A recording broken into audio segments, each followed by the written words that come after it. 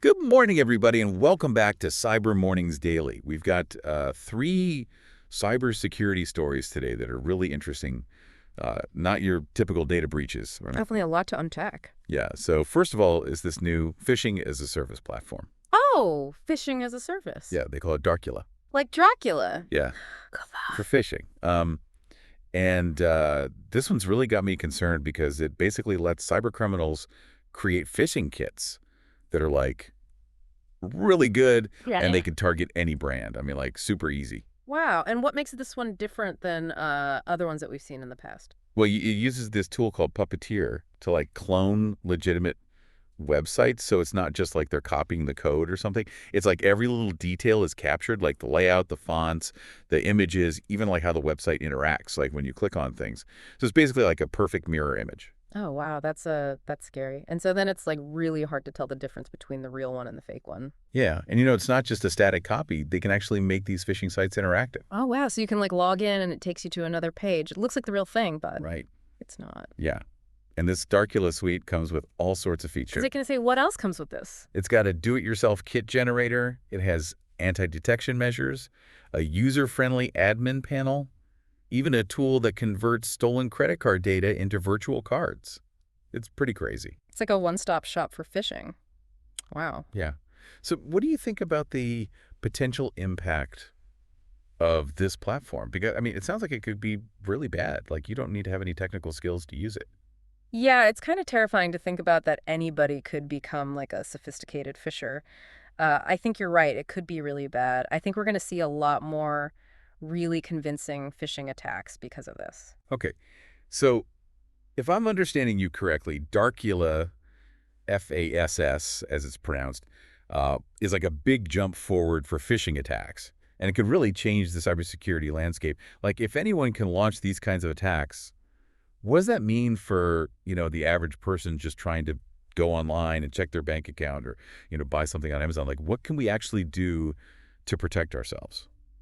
Well, I think the first thing is we need to change how we think about it. We can't just rely on things like spam filters and antivirus software. I mean, those are important, but they're not going to catch everything, especially against these really targeted attacks. So you're saying it all comes down to us, the users. Like, we need to be more aware, more skeptical of everything we see online.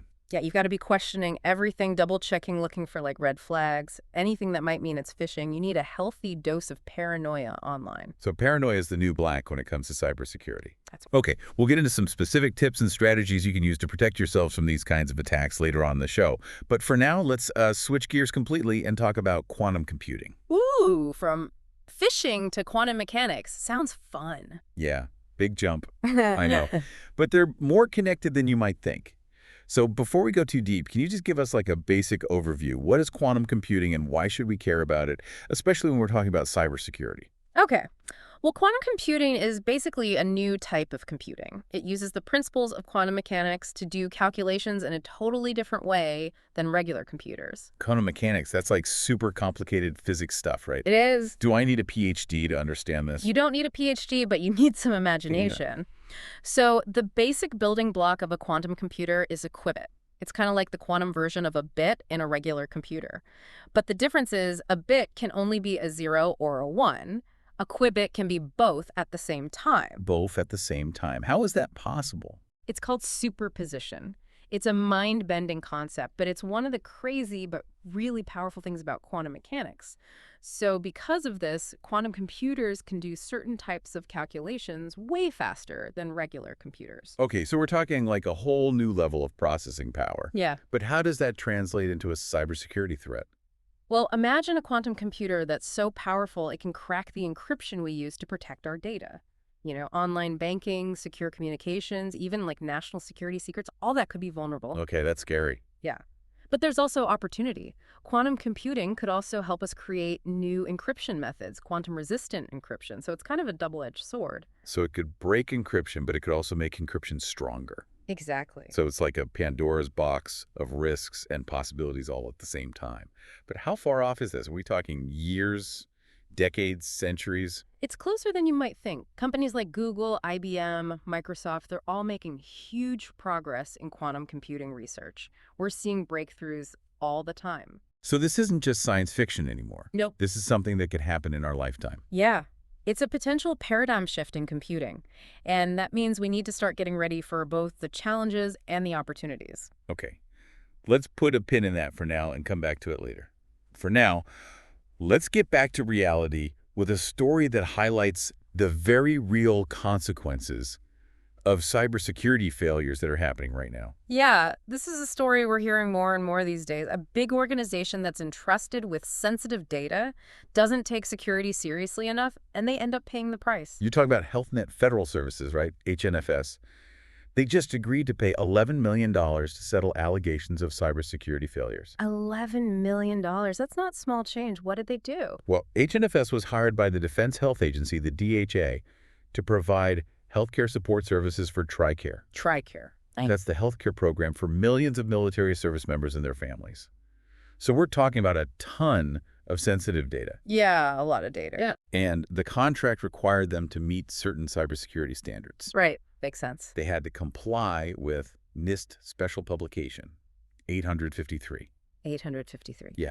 Okay. It's basically a set of security controls for federal information systems. Cybersecurity best practices, basically. Exactly. Okay. But according to the Department of Justice, HNFS didn't implement these measures for years. For years. Wow. So they just completely ignored it. Basically. Were they hacked? Did they lose data? What happened? The details are still kind of fuzzy, but it seems like they were just negligent. They didn't take basic security precautions. Like what? Give me an example. Well, they didn't scan their systems for vulnerabilities. They didn't patch things. So like basics stuff. Yeah. And they ignored auditing reports that showed cybersecurity risks. So they knew about the problems, but they didn't do anything about it. Right. And on top of that, they didn't even have basic security controls like strong passwords and access controls and firewalls. Wow. And to make matters worse, they lied about it. Lied about it. They falsely certified compliance in their reports to the DHA. So they said they were doing the right thing when they weren't. Yeah, they were basically lying about their security practices. And now they're paying the price. Wow. This story is a good reminder that cybersecurity is not something to mess around with. The consequences can be really serious for everyone involved. Definitely. It shows how important transparency and accountability are. Organizations need to be honest about their security, and they need to be held responsible when they screw up. Yeah, that's a sobering thought to end on. But we'll be back in just a minute to continue our deep dive into these stories. We'll explore some more of the technical details and talk about how these trends might play out, so stay tuned. Looking forward to it. Welcome back, everybody. We've been talking about some pretty serious threats. Sophisticated phishing and quantum computers. And the consequences when cybersecurity fails. A lot to think about for anyone who uses the internet. Let's go back to that Darcula FAS platform for a minute. Yeah. You said they use Puppeteer to create those really convincing phishing sites. Right, and that's what makes Darcula so dangerous. What? It's not just copying the website's code. They're using Puppeteer to create dynamic interactive copies that really look and feel like the real deal. Like a perfect replica, not a cheap knockoff. Exactly. Imagine getting an email that looks like it's from your bank. You click the link and it all looks right. The logo, your account, balance, everything, but it's fake. It's all designed to steal your login. And so Puppeteer makes that level of deception possible. Exactly. It's a really powerful tool. Google developed it for web scraping and automation, but in the wrong hands, it's perfect for creating phishing kits. How does it actually work? Does it like take a snapshot of the website or something? It's more sophisticated than that. Puppeteer controls a headless Chrome browser, which means it's running in the background without a user interface. And as it browses the target website, it captures all the elements. The HTML, the CSS, the JavaScript, images, fonts, everything. So it's like a digital puppet master controlling a web browser to do its bidding. Yeah, it's creepy, but that's a good way to put it. And once they have this replica, they can tweak it. Right. They can replace the login form with their own, so it sends your credentials to them. They can even mess with two-factor authentication to bypass security. So sneaky. How can we protect ourselves if the phishing sites look exactly like the real thing? It's a real challenge. It comes down to awareness. You have to be extra careful about every email you open, every link you click, every website you visit. So it's not just typos and bad grammar anymore. No, you need to be looking for subtler clues. Double-check the sender's address. Is it really from your bank or is it slightly different? Hover over links to see where they go. Look at the website address. Does it match the real one? We need to be like internet detectives, always on the lookout. That's a good way to think about it. And if you're ever unsure, don't click anything.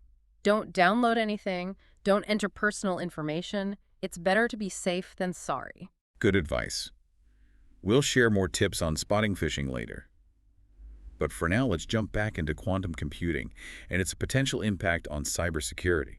Yeah, last time we were just scratching the surface. It's worth diving a little deeper into how it could disrupt things. You mentioned that quantum computers could crack our encryption. Right. Most of our online security relies on encryption algorithms that normal computers can't crack. It would take them billions of years. But quantum computers could do it in hours or minutes. Potentially. There are quantum algorithms like Shor's algorithm that are designed to factor large numbers, and that's how a lot of encryption works. Once quantum computers are powerful enough, it's game over for those algorithms. So everything we use for secure communication, online banking, email VPNs, even government secrets could be at risk. Yeah, it's a real concern, and security experts are taking it very seriously. The good news is there's a lot of work being done to develop quantum-resistant encryption. So it's a race against time.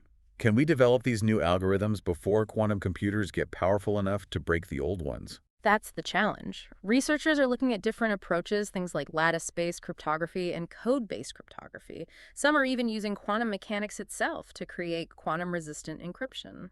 So the same tech that could break our systems could also make them stronger. Exactly. It's a fascinating area of research, and it'll have a huge impact on cybersecurity. What's that? We're at the beginning of a new era of computing, and we need to stay ahead of the curve. It sounds like the cybersecurity landscape is going to get even more complicated. For sure, but it's also really exciting. We're seeing cutting-edge technology innovation and global collaboration all working to address these new threats. It's fascinating and terrifying at the same time. For now, let's focus on what we can do to protect ourselves from the threats we face today. Right. We need practical tips and strategies that everyone can use to stay safe online. Sounds good to me. But before we do, let's take a quick break. We'll be right back with more Cyber Mornings Daily. Welcome back to Cyber Mornings Daily. We're wrapping up our deep dive into cybersecurity, but before we go, let's talk about the most important piece of the puzzle. You mean the human element, right? Yeah. You can have all the best technology and security systems, but it all comes down to the choices people make. It's like having a high-tech security system on your house, but leaving the front door wide open. Exactly. So how do we fix that? How do we make sure people are as security conscious as the technology we use? Yeah, those check-the-box security trainings are useless. Mm-hmm. We need to show people how what they do, online and offline, affects their security and the security of their whole organization. And it's not just telling them what not to do. It's about empowering them to be proactive, to know the red flags we talked about, and to report anything suspicious before it becomes a big problem. It's about creating a culture of security. Exactly. Everyone needs to feel responsible, and they need the tools to protect information. And that has to start at the top. Leaders need to make it a priority, invest in it, and provide the resources people need. It can't just be talk. It has to be part of the organization's DNA. And it's an ongoing process. Cybersecurity threats are always changing, so we have to adapt. It's a journey of learning, adapting, and improving all the time. So let's recap. We talked about phishing as a service platforms like Darcula. And how they're making it easy for criminals to launch really convincing phishing attacks using Puppeteer. Right, and how those platforms are empowering anyone, even non-technical people, to create sophisticated phishing websites and campaigns. So vigilance and awareness are more important than ever. Then we explored quantum computing. And its potential to both revolutionize and disrupt cybersecurity. We discussed the threat to encryption and the race to develop quantum-resistant algorithms. The key takeaway there is that quantum computing is coming fast, and we need to be ready for it. Finally, we talked about the healthcare organization that got in trouble for cybersecurity failures. It was a good reminder about the importance of compliance, transparency, and accountability. It shows that cybersecurity is not just an IT problem, it's a business problem, and everyone has a role to play. So as we face all these new threats, remember, knowledge is power. Stay informed, stay vigilant, and stay engaged. Thanks for joining us on this deep dive into the world of cybersecurity.